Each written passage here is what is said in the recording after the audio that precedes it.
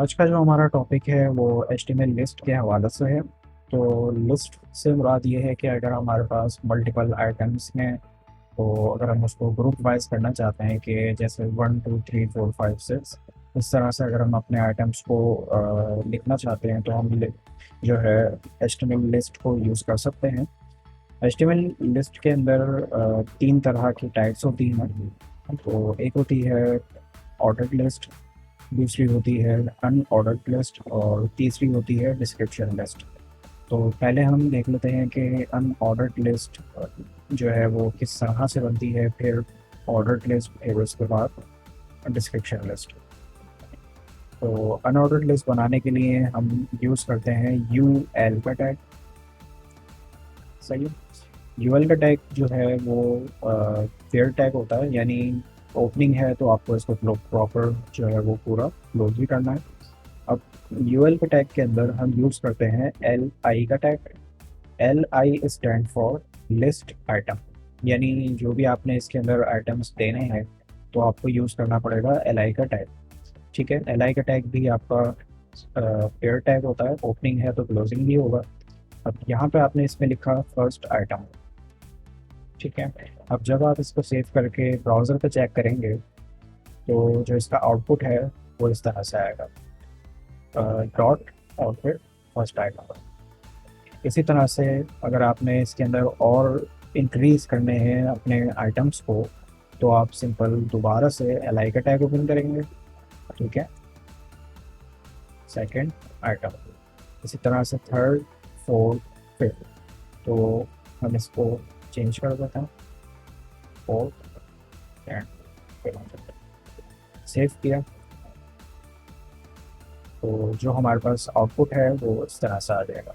अब मैं ये चाह रहा हूँ कि जो हमारा जो लिस्टिंग के जो डॉट्स आ रहे हैं, इन डॉट्स को मैं अगर स्क्वायर में करूँ या सर्कल में करूँ तो वो किस तरह से हम कर सकते हैं। तो हमारे पास यूएल के टैग के अंदर एक एट्रीब्यूट होता है टाइप के नाम से। ये जो एट्रीब्यूट है ये हमारी मदद करता है कि हम जो लिस्टिंग हमारी आ रही है, टाइप जो आ रही है इसकी, उसको चेंज करने के लिए। यहाँ पे अगर हम लिखते हैं डिस्क,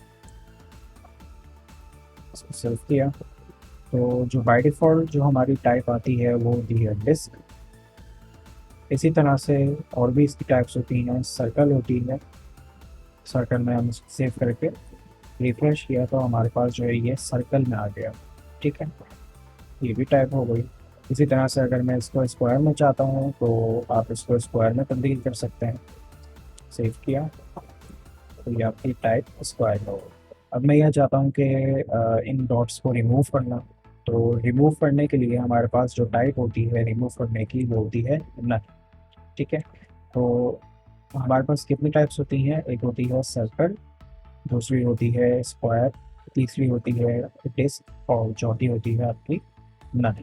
ठीक है। तो हमारे पास जो है वो चार तरह की टाइप्स होती हैं। और इसको जब हम रिफ्रेश करते हैं तो हमारे पास ये रिमूव हो गया। अब कुछ वेबसाइट्स में आपने शायद नोट किया होगा कि जो लिस्ट आइटम्स होते हैं उनके आइटम चेंज होते हैं, यानी उनकी जो डॉट्स होते हैं वो चेंज होते हैं। वो असल में CSS के थ्रू हो रहे होते हैं कि अपनी अगर आपने इमेज लगानी है डॉट्स को हटा के वो भी आप लगा सकते हैं। ठीक है। तो वो इंशाल्लाह फिर CSS में हम जब जाएंगे तो लिस्ट का कॉन्सेप्ट उसके अंदर और इन्हेंस होगा इंशाल्लाह। तो ये होता है आपका अनऑर्डर्ड लिस्ट। इसी तरह से जिस तरह से हम यू एल लिखते हैं इसी तरह से ओ एल यूज़ होता है ऑर्डर्ड लिस्ट के लिए।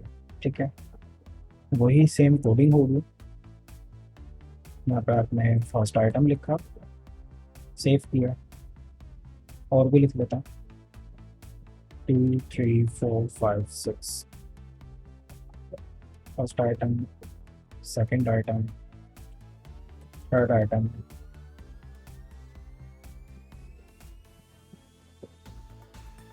Fifth and sixth. इसको जब हम सेव करके ये रिफ्रेश करेंगे ब्राउज़र पर तो ये आपके पास 1 2 3 4 5 6, तो अब ये एक तरतीब से आपके पास लिस्ट में ये आइटम्स को डिस्प्ले करेगा। तो ये होती है आपकी दूसरी टाइप। इसी तरह से जो आखिरी टाइप इसमें कहलाती है, ये कहलाती है डेफिनेशन लिस्ट। अब डेफिनेशन लिस्ट बनाने के लिए हमारे पास टैग होता है, वो होता है डी एल। डी एल का टैग भी आपका पेड टैग होता है। अब डी एल के टैग में दो और टैग्स आते हैं जिससे आपकी जो डेफिनेशन लिस्ट है वो क्रिएट होती है। अब डेफिनेशन लिस्ट से मुराद ये है कि हमने अगर कुछ डेफिनेशंस अपने वेबसाइट में लिखनी है तो हम डेफिनेशन लिस्ट को यूज़ कर सकते हैं। ठीक है, तो अब डेफिनेशन लिस्ट के लिए पहले तो यूज़ होता है डी टी। ठीक है, इसी तरह से ये हो गया आपका फर्स्ट, और डी डी।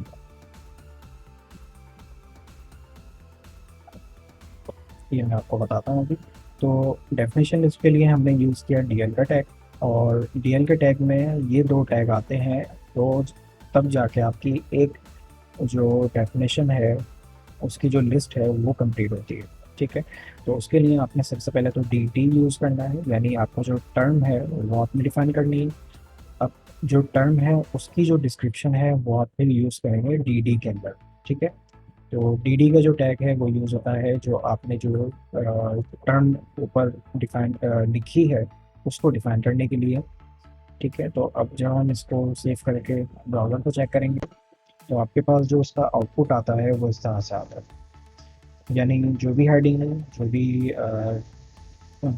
जिसकी भी आप डिस्क्रिप्शन इसमें लिखवाना चाहेंगे वो यहाँ पे आ जाएगी, और जो जिसकी है हेडिंग वो यहाँ पे आ जाएगा फर्स्ट। ठीक है, तो ये आपका होता है डेफिनेशन लिस्ट। इसी तरह से अगर आप इसको कॉपी पेस्ट करके जितनी बार प्लेस करेंगे तो ये ब्राउज़र पे वैसे दिखा देगा। अब इसमें आपको इसको स्टाइलाइज करना चाहते हैं कि फर्स्ट के बाद आपने इसको कर दिया, कॉलन लगा दिया, और इसको आप यू के टैग के अंदर भी प्लेस कर सकते हैं, यानी अंडरलाइन अगर आप इसको करवाना चाहते हैं तो इसको हम चेक कर लेते हैं। ये आपकी फर्स्ट हेडिंग हो गई, इसको आप बोल्ड भी कर सकते हैं। इसी तरह से अगर मैं इसके अंदर हाइफन लगा देता हूँ यानी डैश, तो इस तरह से ये इसको ऑटो स्टाइलाइज अपनी मर्जी से आप जो है वो कर सकते हैं। तो ये होती है HTML की लिस्ट। फर्स्ट जो है वो आपकी कहलाती है अनऑर्डर्ड लिस्ट, दूसरी होती है ऑर्डर्ड लिस्ट, और तीसरी होती है डिस्क्रिप्शन लिस्ट यानी डेफिनेशन लिस्ट भी आप इसको कह सकते हैं।